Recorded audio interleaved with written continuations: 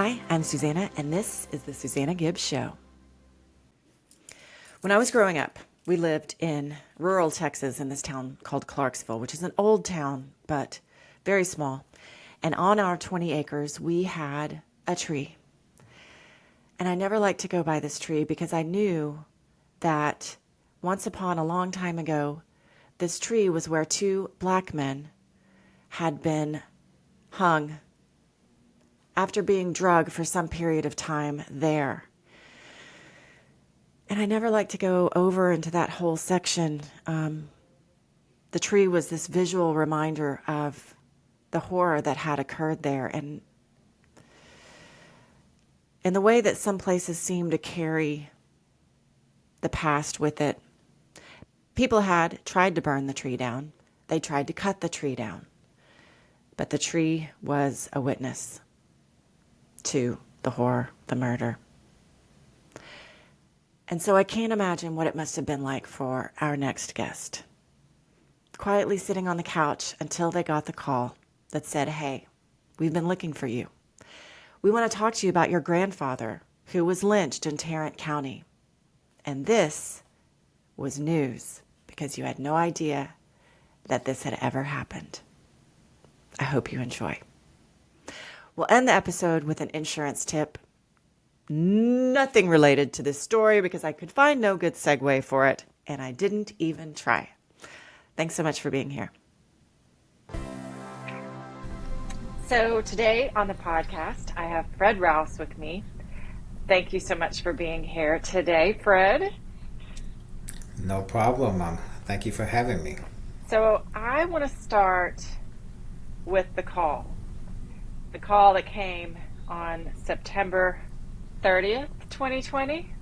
Is that the right date? That is the correct date. Yeah, like I tell people all the time, it was game one, NBA Finals, Los Angeles Lakers and Miami Heat, and I'm just sitting there enjoying the game, and all of a sudden my phone rings. And first question, that pops in my mind is, who is calling me during the game? How dare they call during the game? How dare they? And so I answered the phone, and it was a classmate of mine from Texas Tech that I hadn't talked to at that particular time in probably about 24 years. And so he called and he said, "Hey, Fred, some friends of mine have done the genealogy of your family, and they want to know if they can have your phone number." And, kind of puzzled, I was like, what, what's going on? And why is doing somebody's genealogy of my family? Yeah. And also, asking him, well, I hadn't talked to you in 24 years, how did you get my phone number? So he got my number from a mutual friend, which was fine. And I said, yeah, go ahead and, tell them to give me a call. It's fine. I'm watching the game, but, that's okay.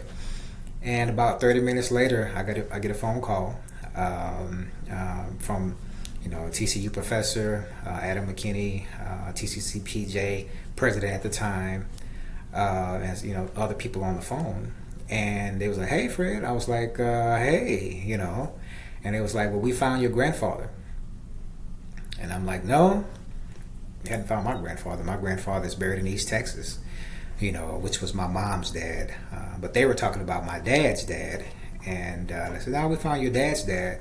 And so again, I'm like, "No, hadn't found him either because I don't even know who he is, because my dad died when I was 12. So I didn't really know his side of the family other than, his sister, my aunt, which also lived in Houston at the time.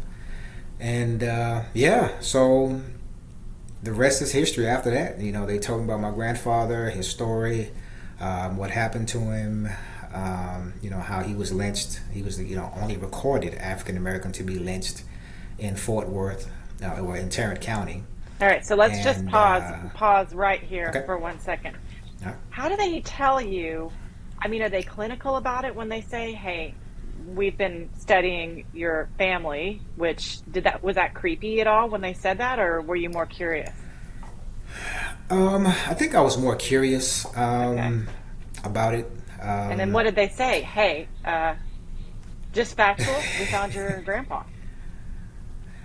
Pretty much it. Pretty much. I mean, they were really straightforward with it. But what they did was they went through like a verification process, with it just to make sure, because I had so many questions. I was like, no, and I was really kind of, pushing them back a little bit.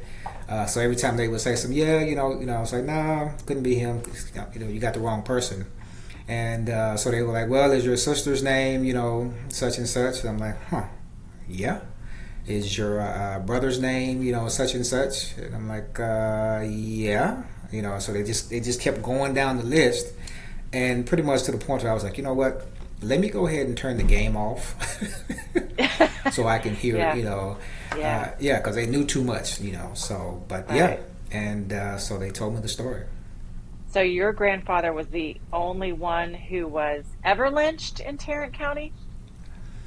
The only recorded The only African American recorded to be lynched in Tarrant be County. lynched. Yeah, only recorded. Yeah. Once the shock wore off, did you go through all the stages of grief, or for a man that you didn't know? But I have to think there was at least denial. Obviously, you had denial on the phone. Then there was shock, but Yeah, sadness. shock and awe, pretty much. Yeah. Well, I went through all of those emotions because my mom. I found out September 30th of 2020. So my mom had just died of the COVID in August of 2020. So, trying to get through that, and then a month later, hearing that your grandfather was hung from a tree, 15 miles from my house, because I live in Tarrant County, and I've been in a DFW Metroplex for, at that time, 24 years, and I never knew anything about this story. And so, like you said, so the first initial reaction was the denial of you got the wrong person. This is this can't be this can't be me. This can't be my family. And so when they got to the verification process, and naming where where we grew up at, my family's name, my siblings' names, my mother's names, and all of this information, where my dad grew up at, then I had to kind of sit back and just kind of face and open up my ear to hear exactly what was going on, what they had to say. Mm-hmm. And so once they proceeded to tell the story of my grandfather and how brutally he was murdered. He was beat. He was beat to near death. He was taken to the old city and county hospital, where he stayed for 5 days. A mob came in, and 30 guys. They grabbed him. They pulled him out with only his hospital gown on. They shot him. Papers say they riddled his body with bullets. They stabbed him, and then they hung him from a tree right there at 12th and Samuel. Yeah. Did you find all of that out in the call, or did that come later? I found all that out in the call. Okay. They held no punches in the call then. No punches at all. They told me, everything. He was a butcher at the Swift meat packing plant, there in Fort Worth, and how, he got into it with some of the picketers that were on strike one day when he was, leaving work. And, they proceeded to beat him. I think one record say he was trying to run towards one of the trolleys. The guy on the trolley closed the door so that he couldn't get in. So the mob caught up with him.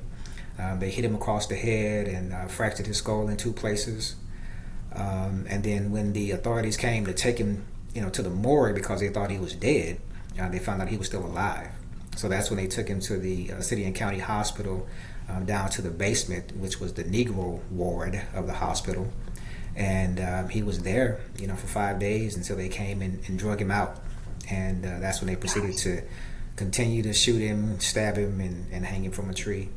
That's terrible. And, it's So what? heartbreaking. And I was going to ask you, so do you have like a BC of your life, before the call and after the call? Like, what were you doing before this call with your life? Wow, I was just an ordinary guy. I would go to work every day, just paying bills, What's taking your care of the family. day job? What's the Uh, day job? I'm an actual network engineer at Endurance Capital, and graduated from Texas Tech with an MIS degree. Um, many years ago. Hey, not that Back in many. We're the 19. same age. That's right. That's Right? right. That's right. Exactly. Just a couple of All years right, ago. so just a couple of years ago, just a couple. So now, after the call, what has this led you to be uh, Mr. President of? I am currently now the president of TCCPJ, which is Tarrant County Coalition for Peace and Justice. I just became the president this past January. Adam McKinney, who was one of the persons on the phone, the initial phone call, was the president of TCCPJ. And but ever since I've gotten that phone call, my life has just been so different. I tell people all the time that I went from the couch to the podium um, in one night because I've done so many presentations at different churches. I spoke at TCC, the schools, different events, and it has just been a roller coaster ride ever since. So I'm looking at the TCCPJ. I think I'm missing TCCPJ. No, I'm not. Page now, and it's a very open, healthy way of talking about a not lovely period of history and race. Did you talk much about race before this? Because now that's part of your everyday conversation, right? It's like bringing racial things to the Yeah, forefront, talking about yeah. segregation, talking about things in the past that are completely terrible and not pleasant. Right. I think that I've talked about it before. I mean, in African American community, I mean, in other minority communities, I think always talk about race in some aspect, in some way, shape, form, or fashion. But I've never, talked about it on such a large platform like I have now. Um, and so even, talking about what happened to my grandfather, people always ask me, well, Fred, does it get easier each time you tell the story about him? And I tell them no, because, every time I have to describe what happened to him, I have to pretty much hold back my emotions because it's such a horrendous and terrible tragedy that happened to him. But this gives me a platform to honor him, to honor his legacy, and honor so many other people that that we know have had these racial terror lynchings, and some of the people that we don't know. But we heard the stories of other lynchings and other murders and other things like that.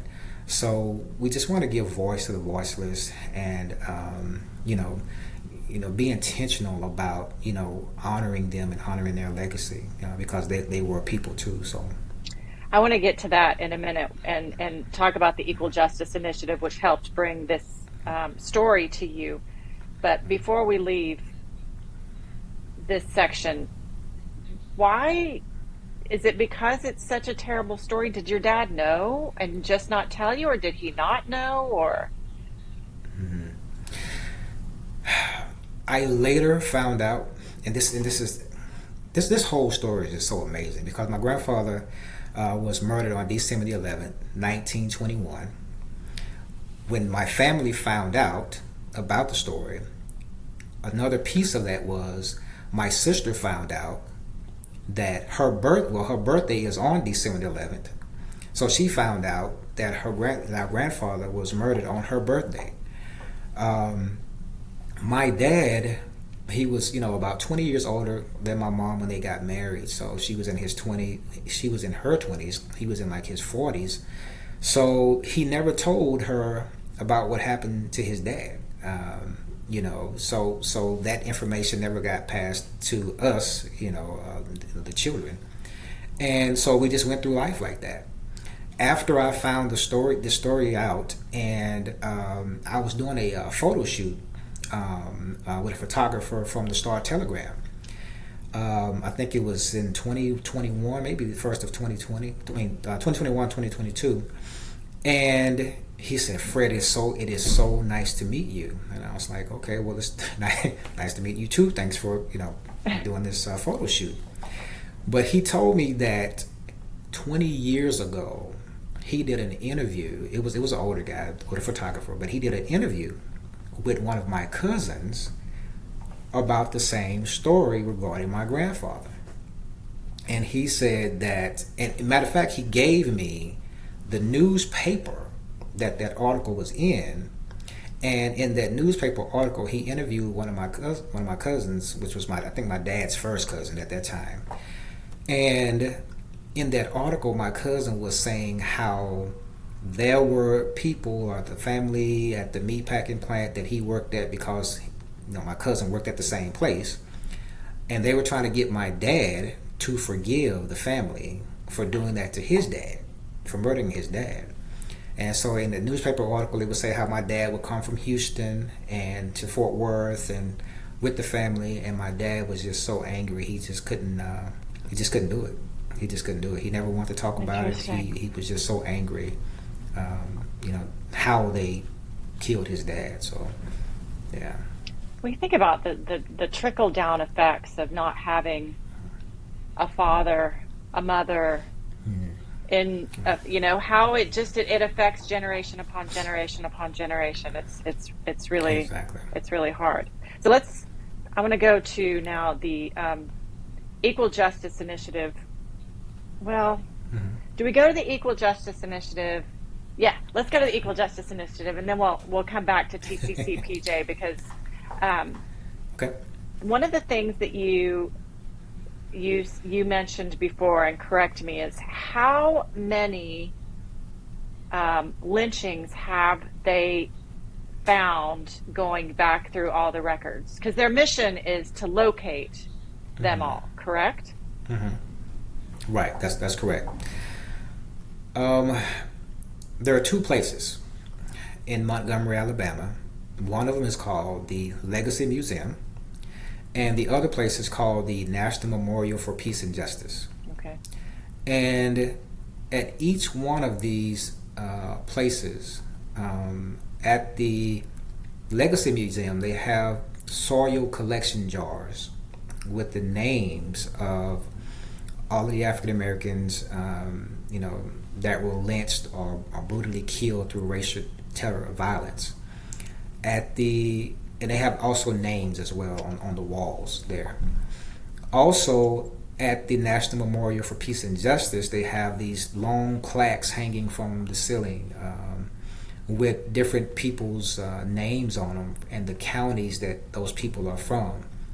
And when you go to that National Memorial for Peace and Justice, there are literally thousands, over 4,000 of these names of people that were brutally lynched and murdered and hung from trees and just killed.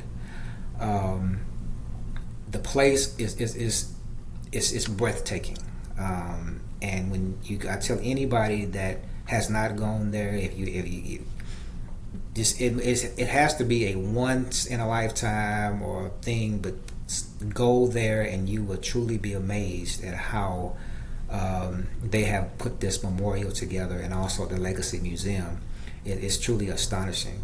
And my grandfather has a soil collection jar at the Legacy Museum, and he also has his name on a plaque there at the National Memorial for Peace and Justice. And I got a chance to go for the first time back matter of fact, in March of this year. And it was breathtaking to see so many names. And then when I think about all those names, it had to be over 4,000 names. Wow. Had to be. Wow. That's 4,000. That's 4,000 families. That's thousands of families, millions of grandkids and great grandkids, and it was just breathtaking to see that. What do you say to people who may say, you know what, why can't we just leave history in the past? Why can't we just leave those negative things well enough alone? Why do we need to bring them up? Why? it's re-causing people pain to talk about these things. What do you say to people when they say that to you? I say we can't leave those things alone because that's our history. And if we leave those things alone, then we forget about our families. We forget about the people. We cancel their voices. We cancel their lives if we leave it alone. They deserve to have voice. They deserve to be known about and loved and honored, because these people are family. They're our bloodline. This is where we come from. And if we cancel that out, then we cancel out our entire existence. We cancel out everything about us. Do you feel more or less healed? I don't know that healed is the right word, because I don't know that you were wounded before the call, but do you feel more healed? Is it a process? I have to think it was a big wound that opened when they told you about the call. Oh my goodness! And then you basically ripped the scab off every time you talk about it to continue your work. Yeah. You know what the healing part of it for me is being able to give voice to my grandfather, to tell his story, and I was telling people the other day that when TCCPJ first bought the land where my grandfather was murdered at, the actual place where he was hung from the tree, we didn't have anybody to mow the lawn. So I went out there with my little push mower, and I'm, just chugging along with my mower. And what that did for me was it gave me a sense of closeness to him, because I knew that place was where he took his last breath. And so I felt closer to his spirit. And so as I'm chugging along with my little lawnmower, I was talking to his spirit, and I was saying to him, grandfather, I really hope and pray that I am honoring you in a way that you would love for me to honor you. And that gave me a sense of closeness to him, because when they murdered him 100 years earlier, they took him from our family. My dad was 5 months old when this happened, so he never got a chance to grow up with his dad. And we never got a chance to grow up knowing the stories of our grandfather.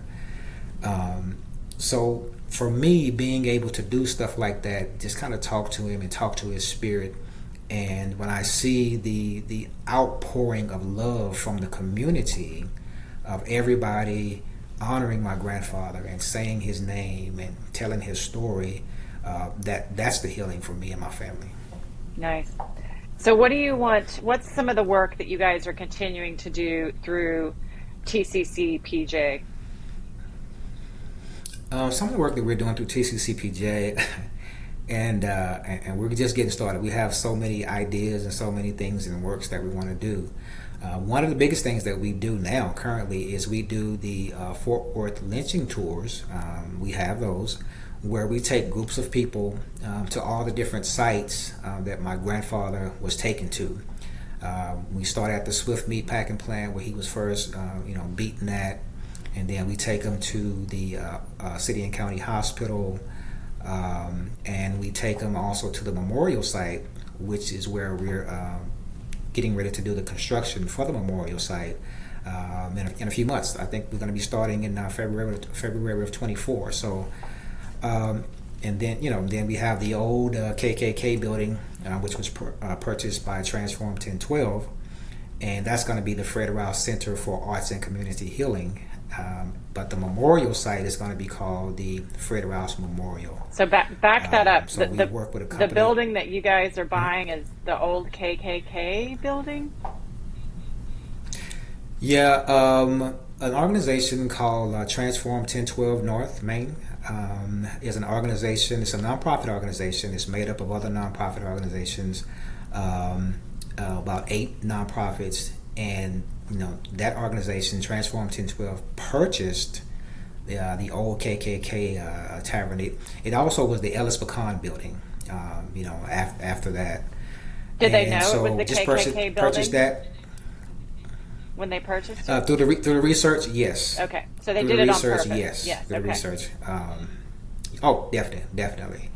And so that building is going to be named the Fred Rouse Center for Arts and Community Healing. It's going to be a space for all communities, all races, all identities to be able to come to and just have a safe haven, just have a safe place where everybody is accepted. Nobody is shunned away, because that building, when it was first built, was used to strike fear in the community and shun away different ethnicities and cultures. But now we're turning it into a space where everybody is welcome, and so it's going to be a great space for people. I'm so excited. I love the work that you're doing. I love your story. I'm Thank so you. grateful that you came on and took the time to talk with me about it. Is there anything that I missed that you feel like we should cover before we wrap this up? I want to tell people how to find you for sure, but I think just from myself, representing the community, the Rouse family, we just want everybody to know that everybody should be loved. Everybody should be accepted for who they are. It's time out for the racism. It's time out for this racial terror violence against each other, because we're all people. And we need to, learn how to love, respect everyone's culture, everyone's identity. Everybody's different. But at the end of the day, we're just all people, and we all want respect. We all want to be loved, and we just all want to be recognized. And I think that if we can do those things, then we can get along. So we have these amazing entities being built in Fort Worth. Like I say, we have the Fred Rouse Memorial, coming up, starting construction here pretty soon. It's going to have a space in there, a community garden in there where people can come and plant little seeds. We had a celebration this past December the 11th where the community came out and different speakers came out. Miss Opal Lee was there. Some of the Fort Worth City Council members were there, and we just had a wonderful time celebrating, and honoring my grandfather. And once the Fred Rouse Center for Arts and Community Healing is completed, it's going to have theaters in there. It's going to have so much for the whole community to come and enjoy. So it's just great, and I'm appreciative to the entire community, and with the outpouring of love that they're having for my family and my grandfather and honoring his name, and that's awesome. I think it's really awesome. great. Well, I know they can find you at the website, correct? The tccpj.org. Is that the best place if Yes. people want to connect with you there? That is the best place. They can go there to the website. We have a contact page there. If they want to, give any type of donations, because we are a nonprofit, they can go there and donate as well. But yeah, it's so wonderful. And like I say, I've been given a platform now. I've been on the Today Show and just all the local news stations, and we're just so appreciative of all the outpouring of support. So it's great. One of the things that I really want to do with this podcast, because in the insurance side, my clients, I follow up with them on a yearly basis, and I see, how'd you do this year? What was your year like? Are you up in your sales? Did you get more employees? And so I really want to circle back to my podcast guests and say, hey, Fred, how's your year been? How are things changed? So Okay. I'm excited to hear Sure. how it's been for you, especially next year after the memorial is built. The mock-up looks, or what you sent me, looks really beautiful. So good luck with you great. and all It's of great. that. Thank you again for being Thank you. here. I really thank you so much for having me, and I really appreciate it. Thank you. Hey, so our insurance tip of the week. If somebody hits you, it's their fault, obviously, right? Their fault. We get this call all the time. They're like, should I call my insurance company? So we're like, why? Call their insurance company. It's their fault. They're going to take care of everything. Now, if something happens, which every now and then it does, somehow the insurance company isn't responsive. Maybe the driver's license and information they gave you was totally bogus. Then you can get your insurance company involved. It'll go underneath the uninsured, underinsured motorists. They will probably subrogate later against the other insurance company. And there you have it. When you make the call, the first person who takes the information, they're just an information taker. They're not going to answer anything. They're not paid to answer anything, and they won't be able to tell you if it's going to be covered or not. Your adjuster is assigned within 24 to 48 hours, and they're the ones who are going to walk you through the whole process. So yeah, and if you need help, call us. It's rare that claims don't go the right way, but if they do, claims. It's rare that claims don't go the right way, but an easy call from us will usually get it back on track. Thanks for being here. If you have any questions, thoughts about this episode, or anything you want to talk to us about, go to giveagencydallas.com, and we will see you again next week.